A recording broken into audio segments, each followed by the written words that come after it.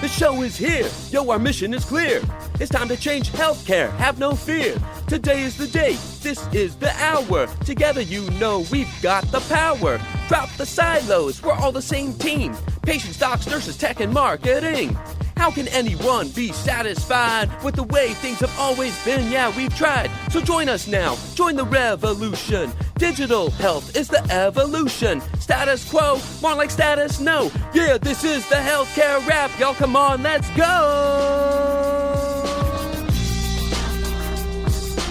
Welcome to the Healthcare Rap, where we are ushering in the future of healthcare and the status quo no longer exists.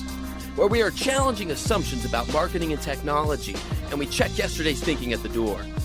Where truth drops like an atom bomb, and knowledge flows like Niagara Falls. Each week we challenge assumptions that have been holding back healthcare marketing, and explain how we can do better. Join us. This is the Healthcare Rap. Welcome back. I'm your host, Jared Johnson, ready to share some more provocative thinking for healthcare innovators and digital teams. Here on the Healthcare Rap, we believe that the healthcare experience has to change, and we're trying to do something about it. We can either stand back and let it take another 50 years, or we can jump in right now. And I think you know how we roll. We're not going to coast to neutral. We're hitting the gas. Come be a part of it. Each week, we talk about the topics that you need to know about and act on to be part of the digital transformation movement. We share tips on shifting the way that healthcare is experienced digitally and the backstage strategies for marketing, operations, and digital teams to drop the silos and stay ahead of the curve. We recently passed 170 episodes and 3 years on the air. We're now in season 6, where we are focusing on how to operationalize consumer-first healthcare and digging into the details of how to make it happen. So here's what's going to go down today. We have the Flava of the week about how consumers have a lot more choices than we might realize. For anyone to pick your healthcare solution or service, you have to make it more appealing than traditional competitors, as well as new entrants to the market who are probably doing it in a more consumer-friendly way than you. So what do? I'll talk about that. Then Brian Callis is in the house once again to share some provocative thinking from Accenture Health's brand new Digital Technology Vision report. He'll share 5 macro trends to master change and recognize that there is no leadership without technology leadership. This episode's jam-packed, and Zane and I have a lot to share along the way. It's time to dive right in. You ready? Let's go.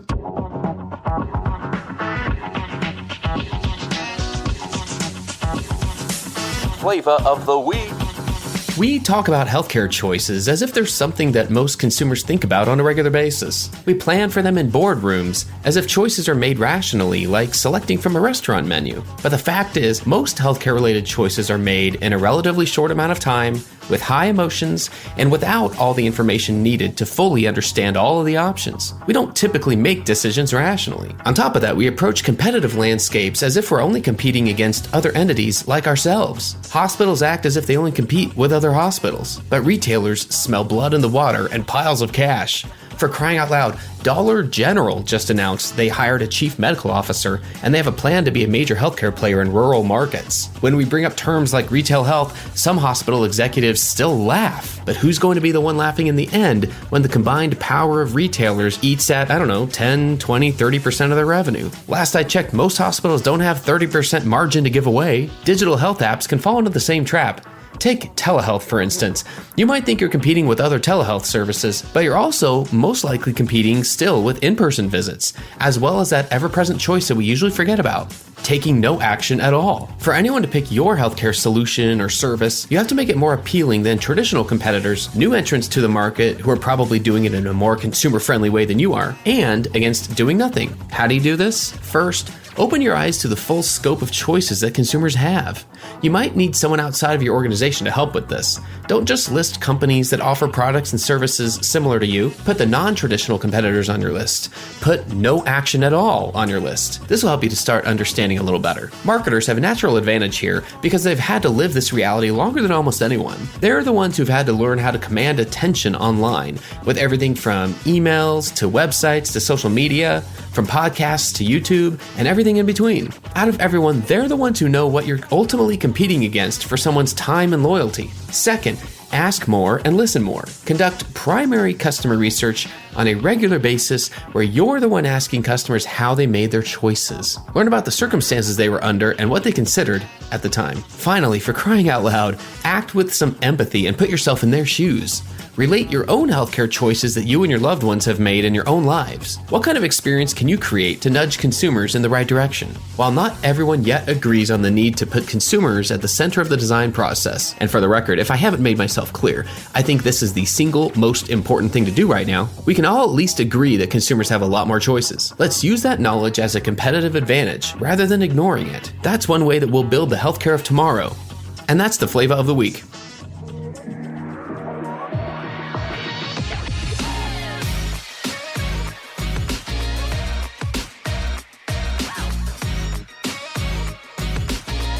The flow. Hey, listeners, got another treat for you.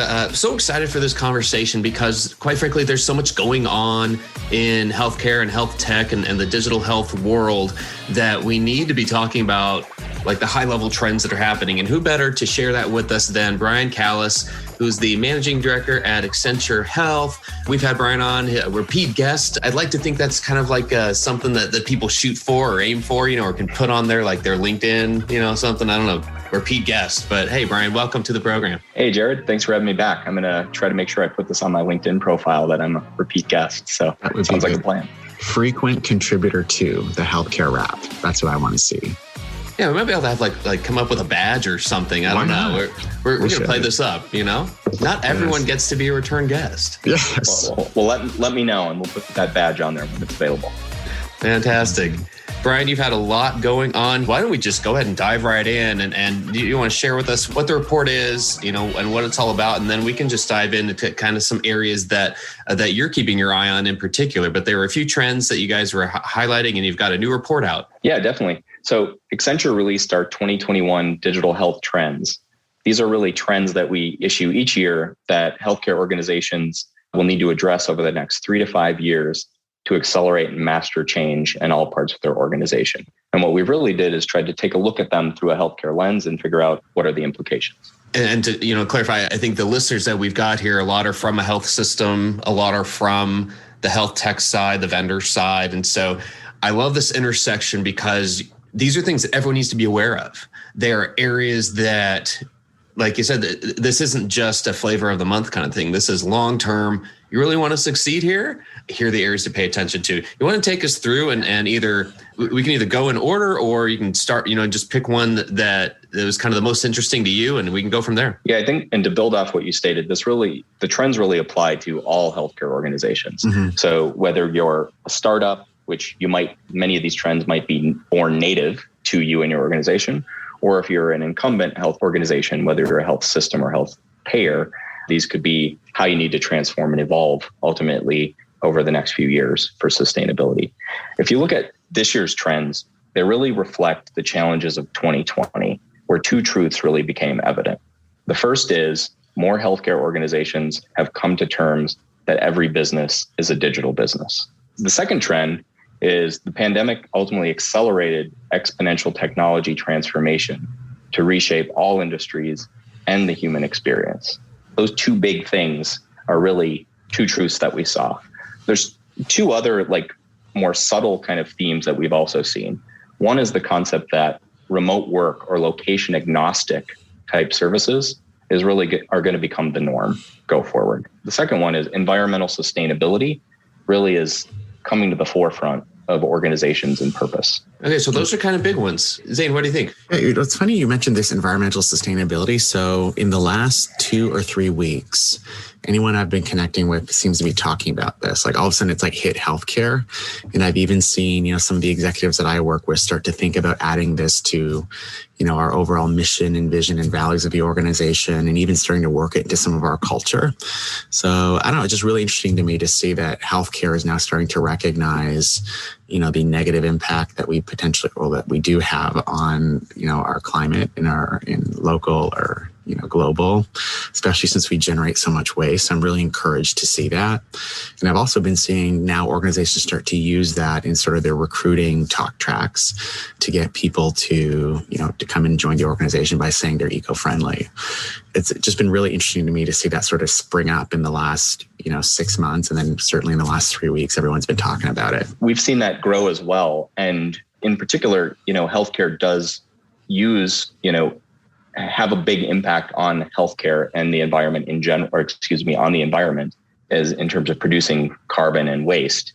But in addition to that, environmental implications also, impact people's health. Absolutely. So both as a, having a negative impact on the environment and how do you actually reduce that carbon footprint, as well as its implications to people's overall health and well-being, and seeing that connection, kind of that broader view beyond just of a social determinant of health.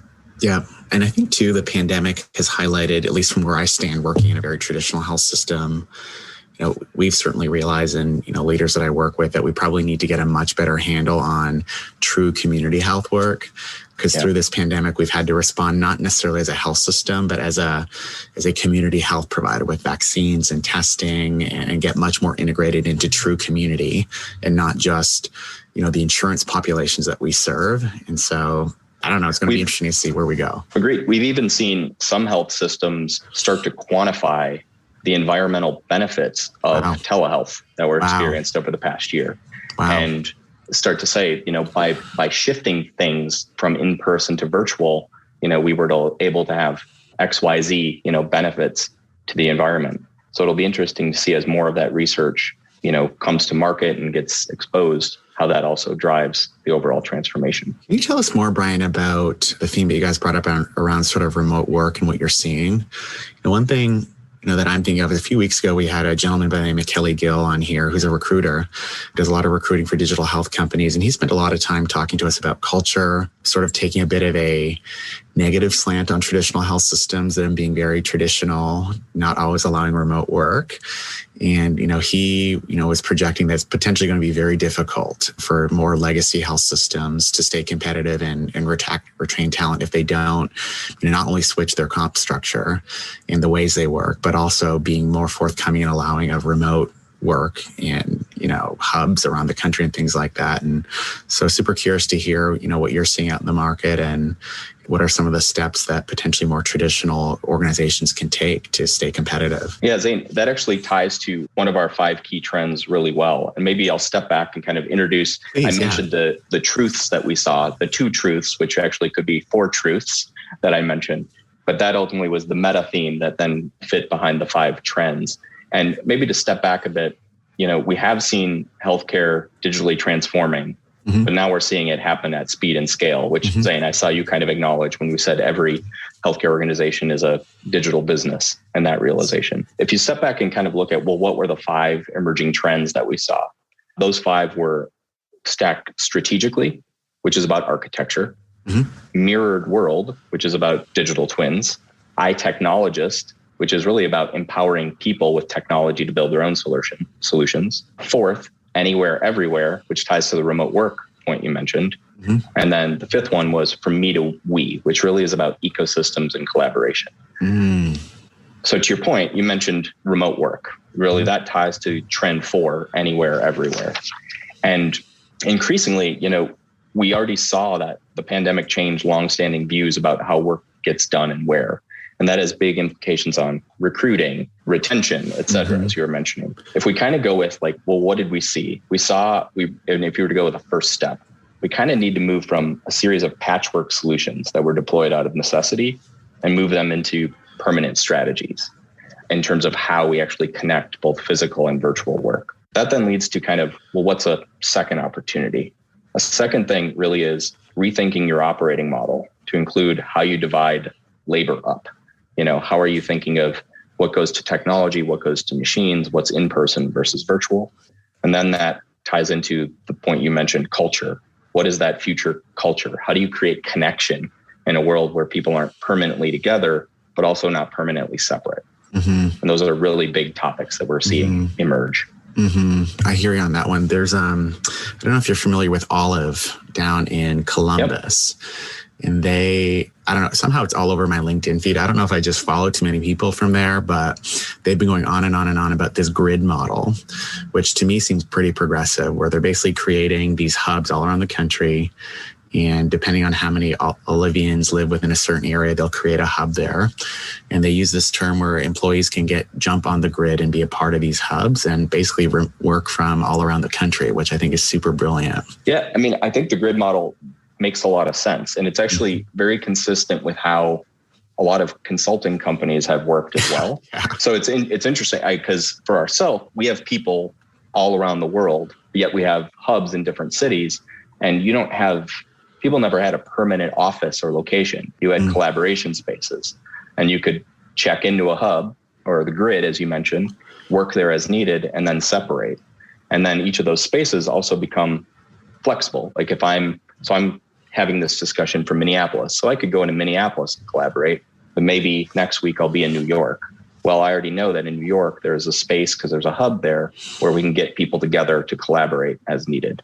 From my perspective, what I'm seeing is, progressive companies, and I realize consulting is has always been ahead of the game, but I think some companies are starting to realize that their corporate office needs to not just be a pen for FTEs to sit in.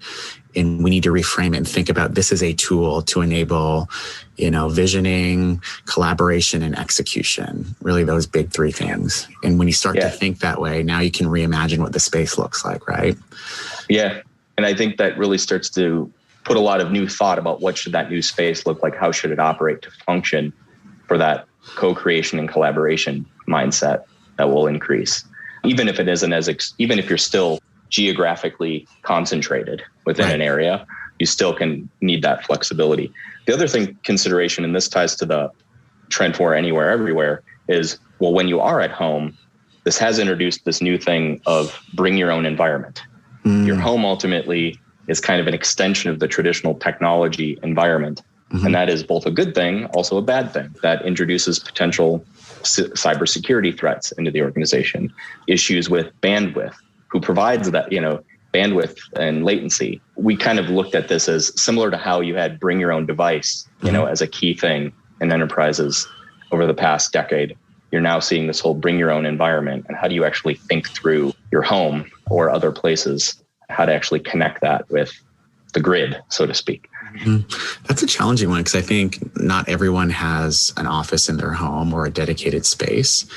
And then me being a bit too much of a PR and marketer, especially if I'm a consultancy or something, I'm thinking about, I want to make sure what's ever behind my employees is presentable, which isn't all the time. And so it would force me, if I was the business owner, to think about a whole new set of guidelines, and potentially tools and coaching that I would want to put in front of my employees so that they can look their best, talk their best, perform their best through video or other digital modalities, which didn't always come easy to people in the beginning of this pandemic, I noticed. Correct. That's definitely something we have to work through. Another point you mentioned, just the remote work piece, actually ties to trend 3, which is iTechnologist.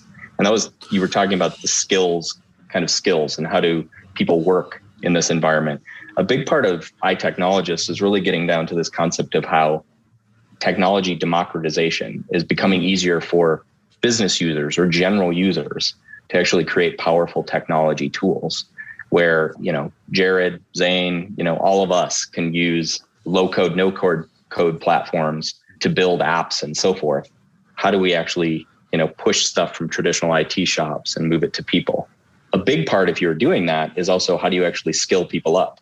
So how do you get people not to become software engineers or data scientists, but to be tech literate in terms of the business implications of technology, which is a key thing as you think of that future workforce. How are you skilling people up to know the power that they can have with some of these democratized technologies? That's a huge problem, Brian. I feel like, especially through COVID, when digital tools became the key to access testing centers or accessing, vaccine clinics, you name it, or reporting out, your conditions. I noticed really quickly that, some of the senior leaders that I work with and others could no longer fake their lack of technology literacy and didn't really understand, the options we were proposing. And so, and to your point, in the future, I think there needs to be a lot of work in healthcare, especially to get everyone, especially in administration and really even like clinicians, people who are, brought up through medical school and nursing school, to at least have a baseline understanding of, what is this? What is an application? What is a network? What is this? What is that? What is the implication of this?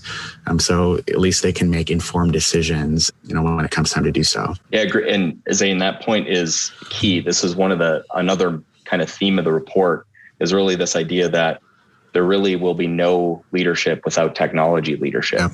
So there's this question of both for the organization as well as for your people. Yep. One way that we've started to solve that at Accenture for our people is actually just through a pretty aggressive training campaign and training effort, which we call TQ training or technology quotient. So we're trying to roll out to all our people to basically increase their TQ. Like, how do you make sure that you have this base fluency? Yes. So it includes topics like cloud, agile, blockchain, artificial intelligence, and some of these just general things to help you have like this base knowledge of technology and its implications for business. Yeah, I think I want into that program. Yeah.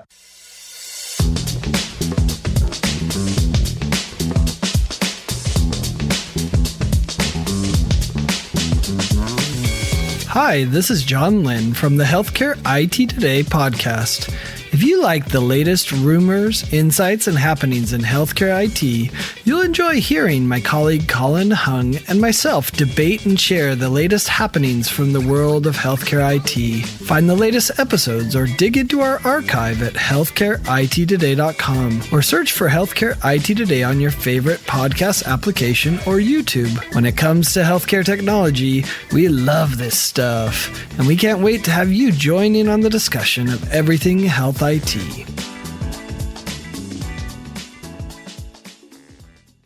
Hey, this is Scott Burgess from Healthcare 360, the fair and balanced healthcare podcast exploring everything you wish you knew about healthcare but don't. Join us weekly in an open, transparent conversation with some of the biggest names in the healthcare business, surrounding this one question and one question only. Had you known there were other options to exhaust and explore before you traveled down the traditional healthcare route, how would you weigh those options against what you think healthcare and medicine really is? For more information about Healthcare 360 and how together we can help transform lives, visit scotteburgess.com, subscribe to our YouTube channel, or follow us anywhere you enjoy listening. See you there. That kind of speaks to this whole need for a new tool set. That tool set does include the leadership component of it and Bingo. Having leadership with technology. There's a natural human component of those who are nervous about that because, who have been if they're in an incumbent leadership position, you might naturally just think, wait, why do I need to do more than what I'm already doing? There's just a natural fear of the unknown or, just fear of what comes next. And am I able to skill up, when I'm at a certain leadership level? And so there's that human component of it, but the need for it, I think if there's like one topic that we can keep in front of leaders, it seems like this is definitely one of those, something that isn't just going to be solved or, you bring somebody on and they solve this, they check this box, and now you move on. Like this is going to be part of the cultural discussion of what advances technology over the next decade or maybe even couple of decades. And so it's great to, see this, as one of the key trends that you're pointing out and recognizing because, this is going to be a big one. I think to that point, there's also this point where it really is promise of technology plus human ingenuity. So this isn't just technology. This ultimately is for people. And ultimately, how do we actually unlock the human experience through technology and think of both those implications? I love that. And a big part isn't replacing people. It's really that augmentation and the complement. Brian, earlier you mentioned, no business decision will be made without technology or something along that lines. I'm familiar with one health system that I have friends at who are contemplating, they currently have a chief digital officer, and they're contemplating getting rid of that title. They'll still have the function. And the reason why is they're starting to realize that everything's digital. And so to sort of compartmentalize it can make it difficult culturally to get things done. And so it's almost as if, the digital work might just become like the strategy officer's role. And there wouldn't necessarily be a separate function in digital because it's really everything, right? As to your point. And so it'll be interesting to see how that keeps going. And that's where underlying all of this and that concept of becoming a tech digital business, so to speak, typically requires operating model change. Yes. And to your point, digital is what you're describing of chief digital officers kind of going away is what we started to see in other industries like financial services and so forth that are a couple steps ahead of healthcare. And a big part of that is because digital isn't a function. like you said, digital is everything. Yes. And because of that, it's a silo buster. Yes. It breaks down. God, yes. And that creates structural challenges. When you were built kind of in functional silos, you need to really rethink how you deliver services to go cross silo. Yep. And then, the politics comes into play because now you have to change your org chart, because the promise of digital is that it connects everything, but not one person owns the whole thing. And so you got to learn to collaborate, maybe switch up the org chart a bit, which gets plays on people's egos. And all of a sudden we have cultural issues. And so to me, I realize I'm preaching to the choir. It's never been a technology problem. It's always been people and managing people and their expectations and bringing some good change management and organizational effectiveness consultants. Yeah, no, agree. Part of this is, if every business or healthcare organization is a digital organization, a big part of that does require structural change. And really, we've often get asked, we need a digital strategy. But I think to your point, we've seen a digital strategy really as a Trojan horse for an enterprise strategy. A big part of this kind of comes down to, well, what is your why? What are you trying to do as an organization? And how you're either looking to grow or sustain your mission. Then it comes down to for whom, where you're looking at audiences and journeys. Then you start to overlay people process changes, how you can go cross silo, for example. And then that leads to underlying technology changes and the shift more towards platforms versus apps, so to speak. But what do you think, Brian? This might be a little bit of a divergence from the topic of our conversation on this report, but with all the digital disruptors coming into healthcare, are there specific ones that you think will do really well? Or do you think that incumbents like traditional health systems are going to survive in the future? What do you think about all that coming into play? Like we see Amazon continuing to grow. We see groups like Walmart continuing to grow, Transcarent going after the direct-to-employer space. Peloton in some ways is starting to get into healthcare. What do you think? Yeah, I think part of this ties actually to two of the trends. So one is trend one, which is stack strategically, which is heavily about architecture. And then trend 5, which is from me to we, which really is about collaboration ecosystems. So my simple answer is there's room for everyone, and we really need collaborations to work together. I like that. And each organization has unique resources that if we can find ways to bring those unique, distinct competencies together, we can really drive positive change. Now, if you're an incumbent health plan or health system, this is where trend 1 comes into play. But I would also argue, if you're a digital native, it's an important kind of to how you would build your business. And stacking strategically is really realizing of moving from technical debt to technical wealth. And really that is a fundamental change. We were talking about operating model. That really goes, how do you actually flip it versus technology being a weakness versus something that's a strength? And a big part of that is changing both how you deliver services. And if you go to the technology layer, that creating technical wealth starts, if you're an incumbent organization, ultimately with investing in core digital technologies. So social, mobile, analytic, and cloud. So your wave 1 digital technologies that took hold over 10 years ago. And really that allows you to get modular and flexible and agile. That then allows you to then start to compete through technology once you have that foundation in place, and you can start innovating with different technologies, or what we say is the next wave of digital tech, which we call DARK. So that's distributed ledger, artificial intelligence, extended reality, and quantum. And that allows you to create new business models. Then that gets you into just the next generation of tech and business. Now, on that part, if you're an incumbent healthcare organization, that lets you plug and play with all the different digital entrants, whether it's non-traditional entrants like big tech platforms or retailers, or if it's startups, you can plug and play with those in different ways. But to do so, you need to change the foundation and architecture of your business. To the operating model piece, it goes from technology being on the edge to the center. Now, that's kind of what you would do as an incumbent. If you're a startup, you're likely building off that foundation from the ground up already. So you're kind of positioned to plug and play, and you're just waiting for someone else to connect into. All right. On trend 5, that goes into just the need for collaboration. And these are really big, complicated problems. And it really needs the competencies of both incumbents plus startups together. And that's where ecosystems and consortia come together. And Zane, you were referencing this. We saw a lot of this start to happen out of necessity during COVID. Organizations coming together to rapidly identify vaccines, rapidly distribute vaccines, identify who has been vaccinated and not. We'll just see that continue to evolve. Absolutely. And I think too, first of all, I'll disclose I'm a Canadian. And so I live in Canada and am familiar with that health system, used to work there. And so there's a whole different way that we think about healthcare. It's way different than here in the US. But I think what I'm seeing, it's been catalyzed by COVID, but eventually here in the United States, I think hospital systems especially, at some level, somehow, there's some piece of legislation will actually be held accountable for the health of the people within their geography. And the only way to fulfill on that is to collaborate with, FQHCs, community health centers. And we saw some of that come together through COVID, to your point. And frankly, I'll be honest, I was involved in some of them. It's brutal on the technology side, sure, but also just on the cultural side where, these big institutions often don't know how to partner with a tiny team in a community setting or a lower resource team in a community setting.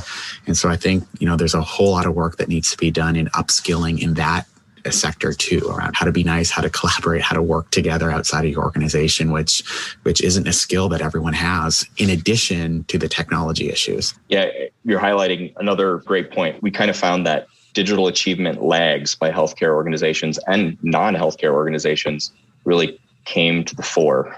They started to be exposed as we were trying to put solutions together out of necessity. That also started to, now as a result, what's happening? That took decade-long digital transformations and it's shifting it to, oh, wow, we can't wait a decade.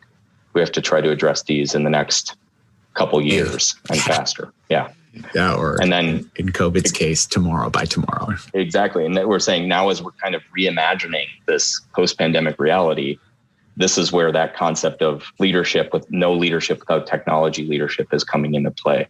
But there's also gaps. And Zane, you were kind of alluding to these. One thing, the considerations we need to be aware of. We mentioned environment as one, as a key thing. The other one is just overall equity and inclusion. Yeah. And one thing we're increasingly exploring further and figuring out how to solve for is, if you were to say tech access and tech equity as a social determinant, how do we ensure access to technology as a critical need, not just for health, but also education? All that kind of came to the fore. So needing to figure out how to make those. Completely agree.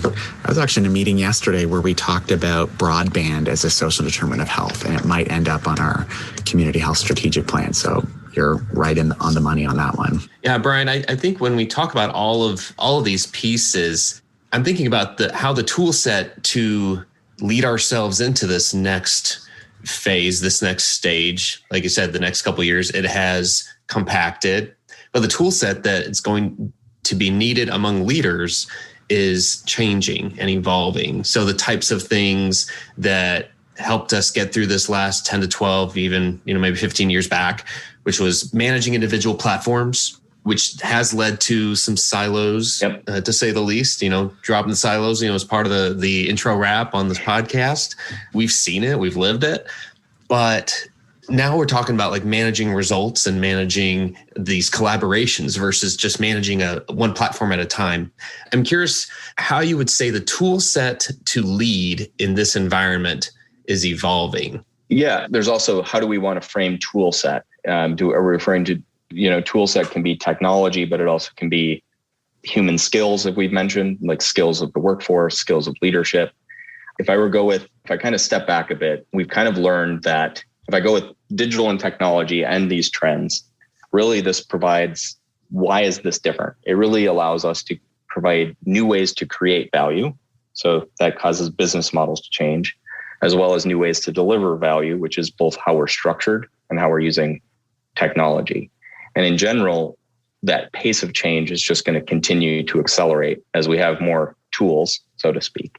But we need to also follow that change by also keeping humans in the loop and keeping humans along, as you're describing. How do we make sure people are skilled up, trained, and understand how to bring these different solutions to bear is increasingly what we're seeing happen. That requires both business model changes, operating model changes, ultimately powered by technology. Well, here's what I love about all that is that you didn't say, hey, the answer is one single tool and it's this technology. It's the silver bullet. It's getting better at AI, or whatever it is. There's not. There's no silver not bullet. one thing. It's just an entirely new set of human skills, soft skills, leadership skills, and approaches, and even just the way we address technology within our organizations. As Zane, to your point about the organization that you were aware of that was considering not having a chief digital officer anymore because digital is everywhere. You know, it's a connective tissue. So I think those are the kinds of questions and conversations I expect to hear more of and see more of. Brian, I want to give you one last chance. Anything we haven't touched on from the report, or just anywhere else that came to mind as you were walking us through? Yeah, I would just add, I mean, we've discussed 5 key trends that really discuss how healthcare organizations can move, to bring to that technology leadership, as we mentioned. I mean, the importance here is really how do we deliver on this promise of technology and human ingenuity, and that technology plus people component, like you were mentioning, Jared. And the good news is we're seeing a lot of that change happening in the system, and really thinking about human needs first that can be powered by technology. We're at a unique point where if you actually start to think through what are the problems we're trying to solve, we typically have the technology to do it, and we typically have ways to do it. So really thinking through what are we trying to accomplish as a first step, and what are those human needs we're trying to solve for, becomes the way to then work backward towards how do we actually do this using the powerful tools we have. In my mind, I'm seeing the need for a journey map to lay all that out. Yep, you got it. And that is a key thing, though. I mean, a key competency is moving into human-centered design or service design. Sure. And really to understand, what are the human needs? How do we actually solve for those end to end and go cross silo? Love it. Brian, how can our listeners find this report? I'm assuming it's available online. Yep. You can find the report on Accenture.com by searching for Accenture's 2021 Digital Health Tech Trends. Perfect. And I know you're active on LinkedIn, so I'm sure some of our listeners can ping you on LinkedIn if they want to chat more. Yep. I'm active on LinkedIn and Twitter, so look forward to connecting with you, and feel free to reach out through those channels. Fantastic. Thanks for giving us so much to think about, Brian. We look forward to always just the industry leadership that comes out of the research you're involved in. And thanks for giving us a few minutes today. We need to book you for next year too. Yeah. 2022. Yeah. Thank you, Zane. Thank you, Jared. And really look forward to just collaborating with you all to improve healthcare for people. So take care. Ed Marks here with Digital Voices, the only podcast for chief digital officers across all of healthcare and life sciences.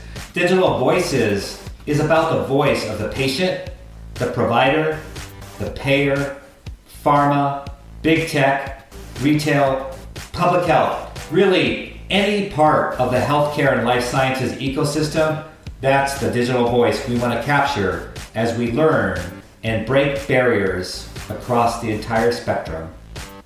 Join us weekly as we drop our pod. Thanks to Brian and Zane, and thank you for listening. We hope you found some value in this conversation, and if you did, please, this is so important, can you please subscribe and tell your friends and colleagues about this podcast? Healthcare Rap is a member of the Shift.Health Content Network. If you enjoyed this podcast, you're going to love the other shows we have on the Shift.Health Content Network. And don't forget to subscribe to the Shift.Health YouTube channel featuring Season 2 of Now What? Go check it out at Shift.Health. It's all free and available on demand. Until next time, keep marketing forward. Thanks, and that's a wrap.